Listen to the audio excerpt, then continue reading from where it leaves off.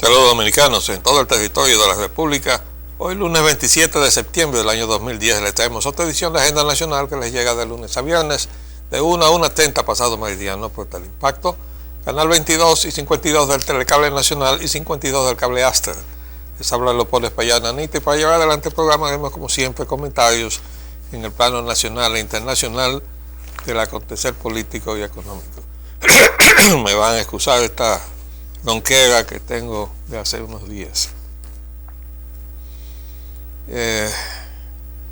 Habíamos dicho que hoy íbamos a hablar del 25 de septiembre.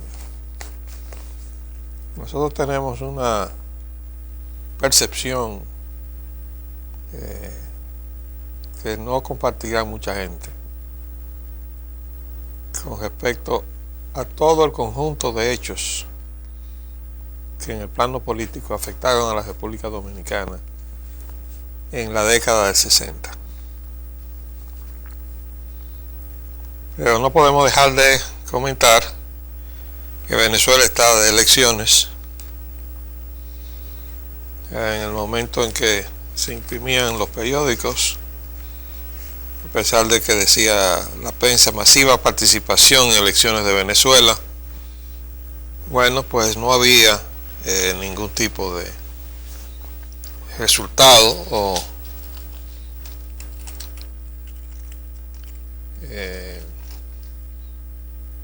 dice, no había emitido el Consejo Nacional Electoral resultado de los comicios. Dice, el presidente Hugo Chávez colocó esta madrugada un mensaje en Twitter en el que exhorta a los venezolanos a acatar los resultados. Eso tiene un mensaje ahí. Eso quiere decir que va a haber gente inconforme y tienen que acatar los resultados.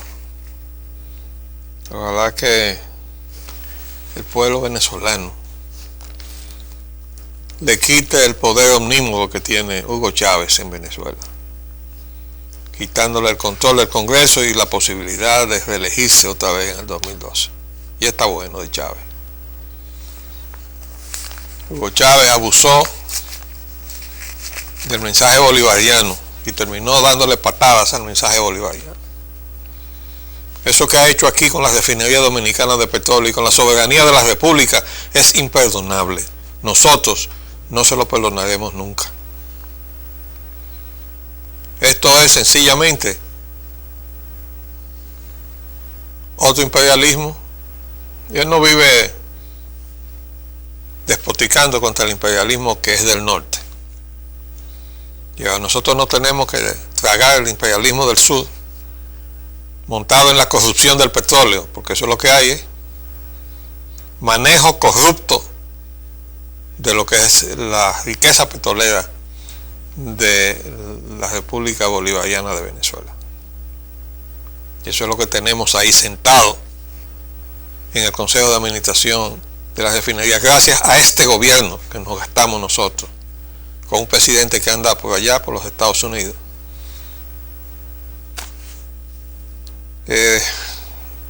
dando declaraciones que de una forma u otra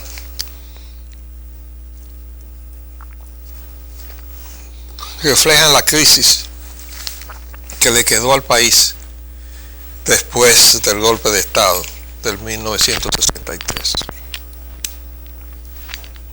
Leonel Fernández es una consecuencia directa del golpe de Estado.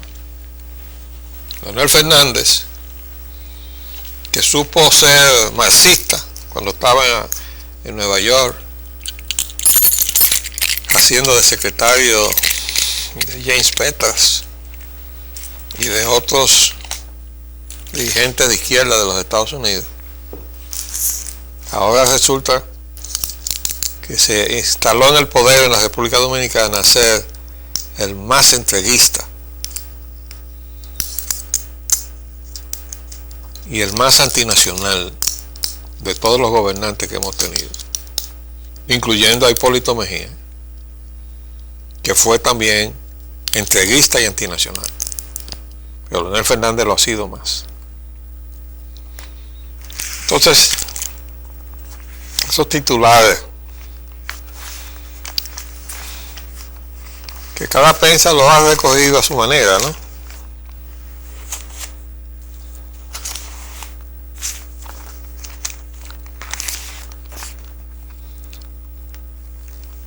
Dice, por ejemplo, este titular del periódico Hoy: advierte sobre droga y crimen organizado. Pese a todo su poderío, sostuvo el presidente Fernández, es posible enfrentarla y derrotarla.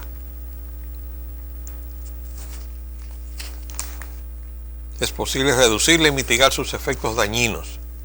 Se refiere a la droga. Dice otro aquí, otro titular: poder del narco interviene en áreas vitales de gobiernos. Leonel Fernández habló ante la 65ª Asamblea General de la ONU.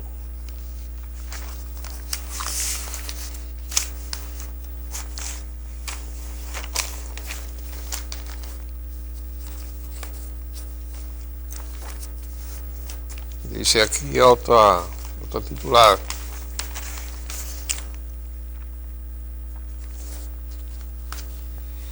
América Latina no quiere guerrillas de izquierda ni golpe de Estado de derecha.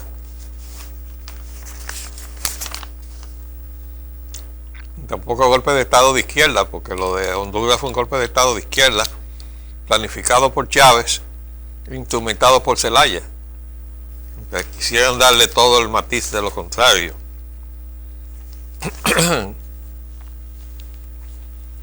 Dice acá: inquieta a Leonel Fernández el horror del narco.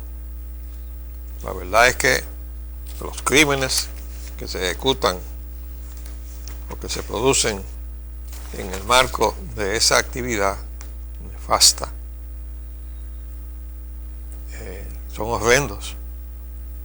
Horrendos.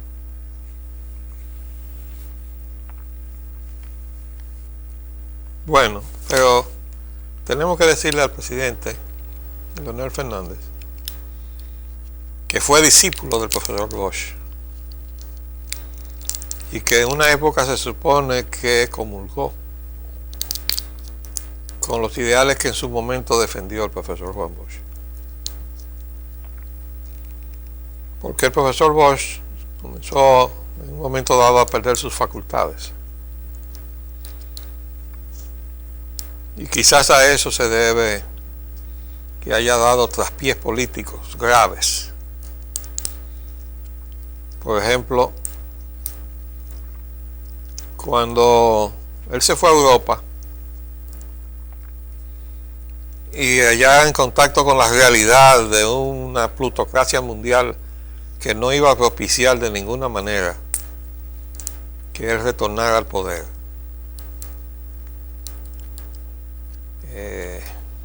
el profesor Bosch abjuró de la democracia que él nos enseñó a nosotros, y patrocinó la dictadura con apoyo popular.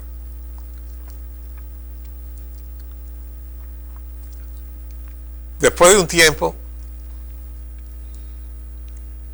después de haber dicho que ya la democracia había cumplido su papel en América, no se podía insistir con eso. Y aquí se puso de moda aquello de que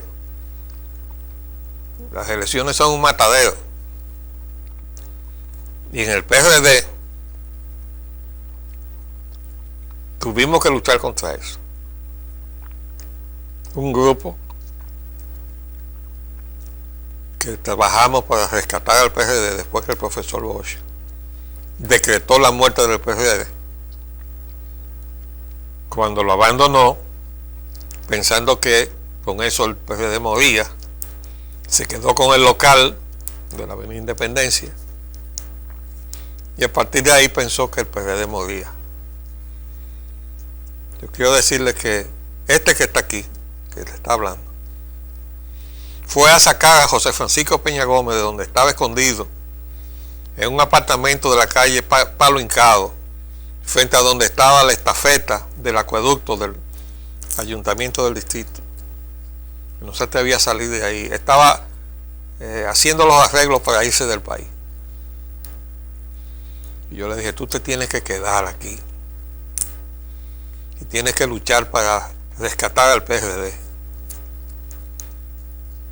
Y esa voz, que después se tornó antagónica a Peña Gómez hasta el día de hoy, que es la mía, y otras voces, fueron el factor que detuvo a Peña Gómez de la huida. Él no quería enfrentarse a su profesor. Y nosotros le decíamos, tú tienes que quedarte y enfrentar a Bosch. Y con el grupo de los viejos Robles, y ahí hay que recordar a don Cundo Gil, don Secundino Gil Morales, que fue presidente del PRD, que venía de la Unión Cívica. Y hay que recordar a don Antonio Guzmán y a José Delio Guzmán y a Manolo Fernández Mármol. Esa gente se hizo cargo del PRD. Y con la ayuda de gente como Jacobo Masluta y quien les habla a nivel técnico, echamos el pleito para hacer que el PRD fuera al poder, después que Bosch había decretado el fin de la democracia en América. Pero él volvió al juego democrático, pero nunca dijo, yo me equivoqué en mi apreciación. Y el PLD volvió al juego democrático como PLD. Y el profesor Bosch se peleó con el PLD y dijo que tenía las mismas taras que le habían determinado que él abandonara al PRD. O se nos va a olvidar eso también. Vamos a hacer un paréntesis y volvemos en un minuto. Dice también el doctor Leonel Fernández que se debe reformar la Organización de Naciones Unidas, y dice acá, debe ser a su criterio más abierta, democrática e incluyente.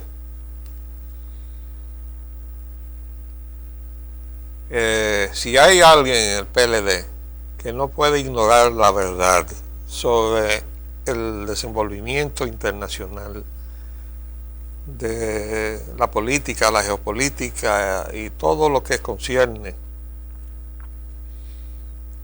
al quehacer internacional y global del cual él se hizo portavoz. Entusiasta, por cierto, muy entusiasta. Si hay alguien que no puede decir que ignora eso, es Leonel Fernández. Leonel Fernández fue precisamente el encargado del área de asuntos internacionales del PLD. Venía de haber demostrado que tenía conocimiento del tema cuando escribió el libro Estados Unidos y el Caribe, desde la Guerra Fría al Plan Reagan, y en ese libro desnuda la estructura de dominio de la plutocracia que efectivamente gobernaba los Estados Unidos, y fue el motivo de nuestro primer encuentro, porque un amigo común, el ingeniero Jimmy Durán, a instancias mías que le dije me interesaría mucho hablar con el autor de este libro, porque contiene una serie de informaciones de las cuales yo tenía solamente datos dispersos, y aquí están estructurados sobre precisamente la existencia de la plutocracia y cómo funcionaba.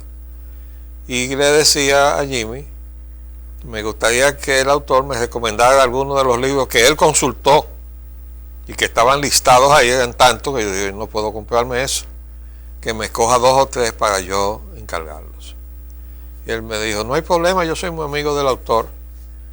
Y él llevó a mi casa a Leonel Fernández a hablar sobre su libro. Eso fue ya en los años 90. Y el libro se escribió en el 83. Ya en los años 90, Leonel Fernández estaba dando diversas sobre las cosas que él postulaba en el 83. Ni hablar que cuando llegó a acercarse al poder, ya se había volteado totalmente, hasta el sol de hoy, en donde ya él pasó por decir, como dirían en los guiones de películas detectivescas, una coartada, que ya está en contra del neoliberalismo, lo dicho en intervenciones en el exterior y aquí también, pero sigue manteniendo las estructuras neoliberales aquí en este negocito que todavía da titulares como este. Los apagones se constituyen en una ofensa, ¿verdad? Y otros que dicen por ahí que el cambio de los administradores no ha resultado en nada. ¿Cómo va a resultar en nada? Va a resultar en algo peor, porque estos son extranjeros que los han traído para que estropeen sin ninguna consideración de afinidad a los dominicanos. Así fue que inició el asunto de la llamada privatización de la CDE, trayendo extranjeros para que no les dolieran los dominicanos, porque los extranjeros patean sin ningún tipo de cargo de conciencia. Recuerdo a un jovencito norteamericano que estaba a cargo de la AS en la zona este y por tanto gerenciaba la E de este, que logró el apoyo hasta del aparato judicial y tenía un fiscal a su disposición para ir a intervenir los hogares dominicanos. Ese abuso se hizo aquí. Por fin él se tuvo que ir, o lo tuvieron que sacar, por suerte. Yo creo que si se queda aquí algo malo le iba a pasar, por todas las cositas que hizo, las diabluras que hizo. Pero volviendo al golpe del 63, todavía algunos de los que de buena intención quieren aportar al relato histórico ponen la fotografía de Bush frente a Kennedy y se plantea como Bush frente al imperialismo. Eso es un dislate mayúsculo y una ignorancia total de la realidad. Si Kennedy hubiera representado el imperialismo, no lo asesinan, por Dios. Y ahí se cometía, y todavía se comete con respecto a Kennedy, lo mismo que se está haciendo ahora con respecto a Obama, cuando se le identifica con la estructura de dominación plutocrática de los Estados Unidos y del mundo. Nada más lejos de la verdad. Y el libro de Bob Woodward, que acaba de sacar, ya relata intimidades de los conflictos de Obama con el aparato militar, que no terminan, porque todavía tiene el secretario de Defensa, Robert Gates, que era jefe de la CIA y era el secretario de Defensa de Bush, y es miembro del Council of Foreign Relations de Rockefeller y miembro del grupo Bilderberg de los Rothschild, el secretario de Defensa de Estados Unidos. Como lo eran y lo son David Petraeus, que todavía está ahí en el frente de Afganistán, general de 4 estrellas, que lo bajaron del escritorio donde estaba sentado en el Pentágono, en el comando central del Pentágono, como jefe del general Stanley McChrystal, general de 4 estrellas que estaba en Afganistán, miembro del grupo de Rockefeller y también del grupo de Rothschild, porque así es que está montado el aparato. No le obedecen al presidente de los Estados Unidos, le obedecen a la voluntad de la plutocracia, y la plutocracia tiene intereses en Afganistán, porque tiene intereses en el petróleo del mar Caspio. Hay un proyecto de un oleoducto que baja del mar Caspio al Golfo Pérsico, y en ese proyecto estaba una empresa que se llama Unocal de California, pero Unocal fue comprada por Chevron Texaco, y durante todo el tiempo que Bush fue presidente, Condoleezza Rice, que pasó del escritorio de Chevron Texaco a ser consejera de Seguridad Nacional del gobierno de Estados Unidos y de ahí a secretaria de Estado, donde quiera que había intereses de la Chevron Texaco, ahí estaba la voz y la presencia del gobierno de los Estados Unidos, representada por Condoleezza Rice y de sus tropas, como fue en el caso del Sudán, por ejemplo, y como fue el caso, pues desde luego, en la zona del Oriente Medio, y la situación de conflicto con Irán y con el mismo Pakistán, porque ahí están operando las tropas de los Estados Unidos. Entonces, el que no quiera entender, bueno, pues que no entienda. Pero el que quiera entender nada más tiene que razonar. ¿Están las tropas de Estados Unidos defendiendo un peligro a los Estados Unidos? No, señor. Oigan lo que dijo Ahmadinejad o Ahmadinejad. Este señor se las trae. Fue a Naciones Unidas y dijo: el asuntito ese del 11 de septiembre fue una tarea interna. Y se armó un reperpero y se pararon los delegados de Estados Unidos y se marcharon. Pero él dijo algo que ya había dicho el ex premier o presidente de Italia, Cossiga, que dijo: allá los mandatarios europeos, todos sabíamos que eso se trató de una tarea del Mossad y de la CIA. Y lo dijo con esa tranquilidad.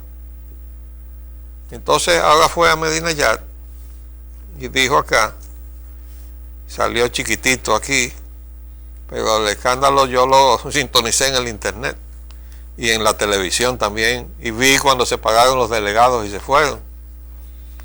Dice: el presidente iraní Mahmoud Ahmadinejad hizo referencia ayer ante la Asamblea General de la ONU a un complot estadounidense en los atentados del 11 de septiembre del 2001, provocando la partida de la sala de las delegaciones de Estados Unidos y de la Unión Europea. Bueno, de la Unión Europea tenían que irse todos los que se solidarizaron con la guerra al Medio Oriente, ¿no? Porque eso fue. Ahí hubo cosas que se hicieron por reacción al horror del atentado, donde todo el mundo estuvo de acuerdo que se fuera a tomar cuenta a quienes ocultaban a los responsables o a quienes se decía que eran los responsables y que no los querían entregar. Y ese es el primer paso que se dio en Afganistán, contó con el respaldo del mundo entero, hasta que comenzó a surgir la verdad.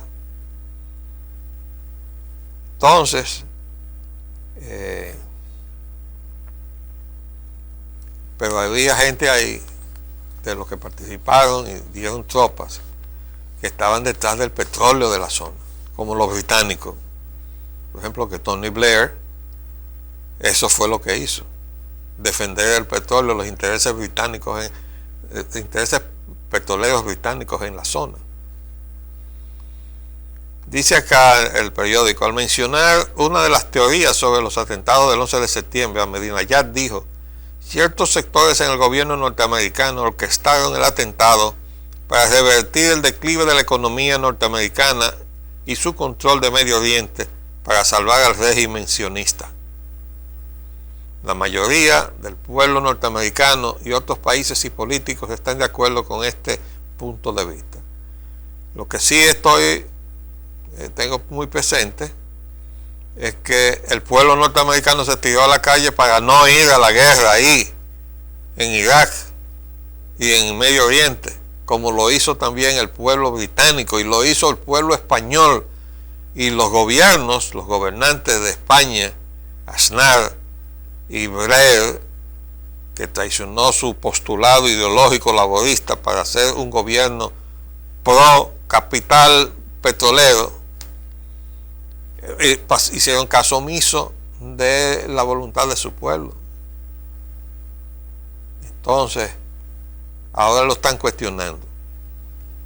Ahora no saben cómo explicar, Blair no sabe cómo explicar que le pasara por encima la voluntad del pueblo para ordenar que las tropas fueran a morir allá frente a un pueblo que está dispuesto a pelear en su suelo Dijo, ¿quiénes son los que están peleando en su suelo? ¿Quiénes son los patriotas? Los que llegaron, no los que están peleando en su territorio en contra de los que vienen a invadirlo, señor.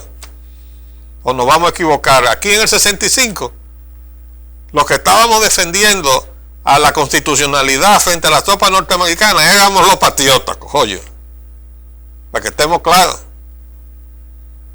Y los otros, los que vinieron, eran también víctimas de la plutocracia porque vinieron algunos de ellos a morir aquí a la República Dominicana, porque murieron. Entonces eso ha pasado en todas partes.